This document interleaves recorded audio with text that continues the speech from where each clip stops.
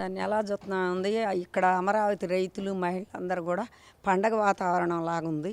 ఎందుకంటే మేము ఇచ్చిన భూములు సార్థకం అవ్వాలంటే అది బిల్లు మేము చంద్రబాబు గారిని అడిగింది ఫస్ట్ అదే క్వశ్చన్. ఏమని, మీరు వచ్చారయ్యా మాకు సంతోషంగానే ఉంది, దీన్ని చట్టభద్రత చేసి అమరావతి రైతులకి ఇదే రాజధాని, శాసన రాజధాని ఇదేనని చెప్పి దాన్ని కూడా మీరు లిఖించితేనే మాకు సంతోషం అన్నాము. అది ఆమోదించి బాబు గారు ఇక్కడ అసెంబ్లీలో నుంచి పార్లమెంటుకు పంపించి దాన్ని అక్కడ కూడా చేస్తారని చెప్పి మేము ఎంతో సంతోషపడుతున్నాం. ఇవాళ అది ఎట్టాగా ఇద్ది అని చెప్పి జగన్మోహన్ రెడ్డి చెప్పడానికి నీకు ఇంకేం అర్హత ఉందని నువ్వు చెప్తున్నావు? 11 సీట్లకి నిన్ను దిగజార్చినా కానీ ఇంకా నీకు సిగ్గులేని అవారంగా మాట్లాడుతున్నావు. ఒక దున్నపోత అంటదంట, రేత్రి తీసుకెళ్తేనేమో చీకటి అంటదంట, పగులు తీసుకెళ్తేనేమో ఎండ అంటదంట. ఇంకా నువ్వెప్పుడు దున్నుతావు? అందుకని చెప్పి నువ్వు అంతకన్నా దున్నపోతు కంటే కూడా 5 సంవత్సరాలు ఎక్కడ ఒక్కటంటూ ఒక్కటి ఏమి పట్టించుకోకుండా రామరాజ్యం లాగుండా రాజ్యాన్ని రావణ కాష్టం చేశావు. ఇంకా ఏం బాగుంకుందామని చెప్పి ఇంకా కూడా మా అమరావతి మీద తప్ప నీ కళ్ళు ఎక్కడా ఉండలేదా? నీ ఇంటి చుట్టూ పెట్టుకో, నీ ఆస్తుల కోసం పెట్టుకో.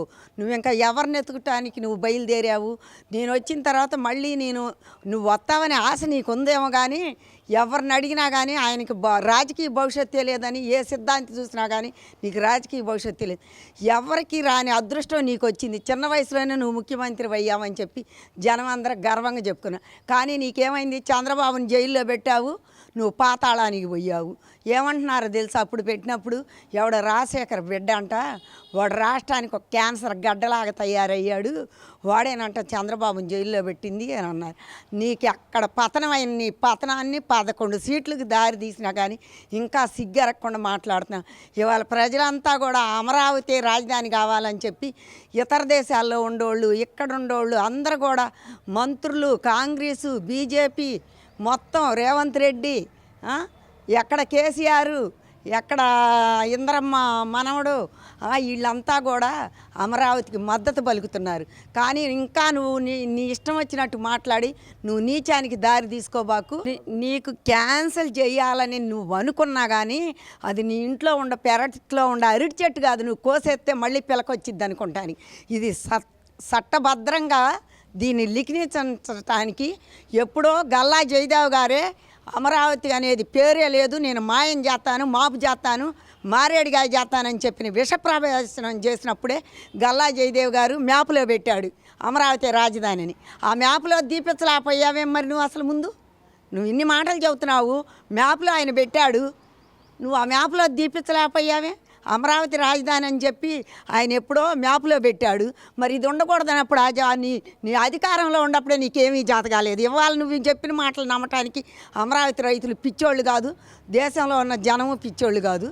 నీ ఇష్టం వచ్చినట్టు నువ్వు మాట్లాడినా కానీ ఇక్కడ ఎవ్వరూ కూడా నువ్వు అమరావతి రైతుల్ని, మహిళల్ని ఒక్కొక్కరిని నేను జైల్లో ఉండాలని, మీరు కూడా ఉండాలని 5 సంవత్సరాలు జైల్లో పెట్టినోళ్లే కానీ పెట్టినోళ్ళు లేకుండా చేశావు. ఇవాళ నిన్ను కూడా వదిలిపెట్టరు. రేపు నేను రాజధాని చేస్తాను, రేపు నేను మళ్ళీ మార్చుతాను అంటే నువ్వు చేసిన పని యువతల వాళ్ళకి నేర్పావుగా, నిన్ను కూడా అదే పని చేస్తారన్న సంగతి మటుకు నువ్వు గుర్తుపెట్టుకోమని చెప్తున్నావు. ఎక్కడ లేని ఆలోచనలు వచ్చినాయి అంటే ఎవరన్నా పక్కింటోళ్ళు బాగుంటే బోరవలేరు. జగన్మోహన్ రెడ్డికి ఒకటే ఖర్చు ఏంటంటే చంద్రబాబు మీద. ఆ చంద్రబాబు మీద ఖర్చు ఏంటంటే వాళ్ళ నాన్న చచ్చిపోయినప్పుడు ఒక 2 నెలలు 3 నెలలు వాళ్ళ నాన్న పదవి ఇస్తే ఆ పదవులు చేసుకొని వెళ్ళిపోయేవాళ్ళు. కానీ రాజశేఖర రెడ్డి పదవి ఆయనకి ఇయ్యలేదని చెప్పి వీళ్ళందరి మీద ఆంధ్రప్రదేశ్ మీదే ఖర్చుబట్టి ఇసుక ఏం చేసిందయ్యా? ఒక్క ఇసుక లేకపోతే ఎంతమంది అలోలచ్చినంట ఏడ్చారు. ఈయనకి రాజధాని మీద కాదు ఆంధ్రప్రదేశ్ మీదే కుళ్ళు ఉంది. కానీ చేసే పనులన్నీ చెప్పేది ఒకటి, ఆయన చేసేది ఒకటి. ఆయన దిగబోయి 5 సంవత్సరాలు నేను ప్యాకేజీ పెంచుతానని ముసలోళ్ళకు కూడా ఆయన దిగబోయేటప్పుడు పెంచింది దేనికి? చంద్రబాబు మీద వేసిపోవటానికి. ఆయన దురుప్రచారాలు ఎవరు నమ్మటానికి సిద్ధం లేదు. ఇదిగో పులి అదిగో పులి అని పులి కథలు చెప్పాడు ఆయన. కానీ చెప్పిన మాట నిలబెట్టుకునేదే చంద్రబాబు. చంద్రుడిలాగా పాలిస్తాడు. మన ఆంధ్రప్రదేశ్ని మొత్తాన్ని కూడా కాపాడటానికి చంద్రబాబు గారు సిద్ధంగా ఉన్నారు. కూటమి ప్రభుత్వం వచ్చిన తర్వాత జనాలు ఎలా బతుకుతున్నారో ఒక్కసారి కళ్ళు తెరిచి జగన్మోహన్ రెడ్డిని చూడమని చెప్పి అమరావతి మహిళగా నేను అడుగుతున్నాను. జై అమరావతి.